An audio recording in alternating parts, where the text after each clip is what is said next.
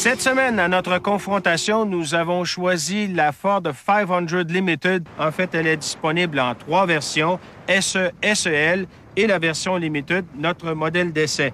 Les prix varient entre 29 et 41 000 $. Notre 500 Limited est muni du toit ouvrant et ça porte son prix à 37 000 $. La moyenne de consommation d'essence annoncée par le constructeur, 9,9 litres au 100 km. Alors, on débute notre essai routier avec le 500 de Ford.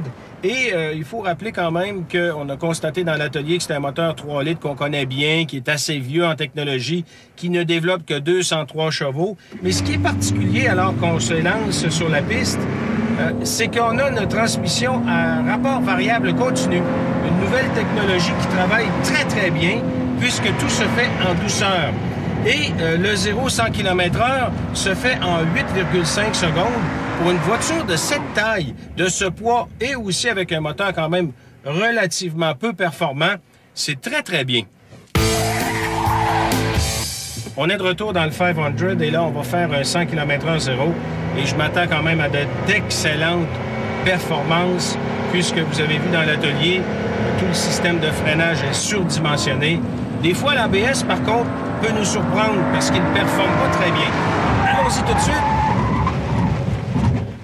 Effectivement, on a senti de l'hésitation dans le freinage anti-blocage et d'ailleurs, ça augmente un peu la distance de freinage. Une bonne calibration, mais la suspension est molle. Et lorsqu'il y a un ballottement de la voiture, souvent, ça augmente la distance de freinage. Et c'est ce qui arrive ici pour le 500. 46 mètres, c'est vraiment inacceptable. On est en droit de s'attendre à du 38 mètres pour une voiture de cette catégorie-là. Bon, allons-y maintenant avec le 500 en slalom. Et bon, j'ai hâte de voir comment la conduite surtout va réagir. Quand même une grosse voiture, et pourtant c'est très bien. Ce que je constate, c'est surtout que la suspension est très molle et c'est un peu normal, il faut pas s'en étonner. Il faut quand même pas oublier que c'est une berline qui est axée sur le confort de roulement, mais c'est toujours contradictoire. Calibrer une voiture pour qu'on ait du confort sur la route et une certaine stabilité routière, c'est pas tous les constructeurs qui sont en mesure de le faire et on vient de le constater. Ford a fait le compromis de la douceur de roulement et justement au détriment du comportement routier.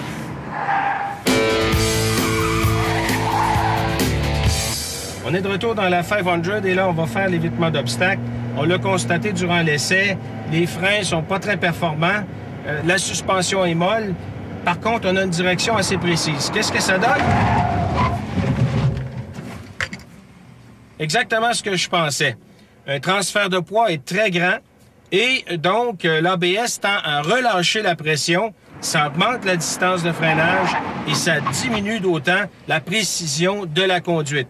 Donc, pour une voiture qui a des prétentions de comportement routier européen, il faut oublier ça. Ford va falloir vraiment là qu'il retourne sur la planche à dessin, non seulement pour améliorer la ligne de la voiture, mais aussi son comportement routier.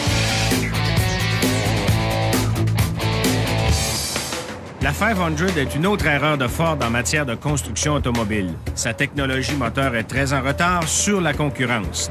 En tentant de plaire à une vaste clientèle, Ford a fait un mauvais choix en matière de design, n'apportant rien de nouveau à la catégorie des berlines de grande taille.